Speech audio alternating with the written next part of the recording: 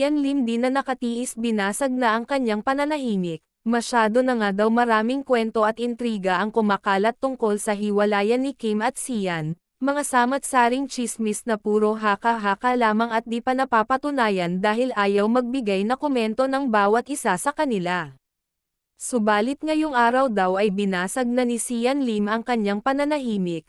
Ayon sa nakalap naming balita, nagbigay na daw ng pahayag ang aktor na si Sian Lim. Aniya kaya daw sila magkasama ni Irish Lee dahil may pag-uusapan sila na bagong proyekto na gagawin sana niya, dahil ito nga daw si Irish Lee ay isang writer at producer pa.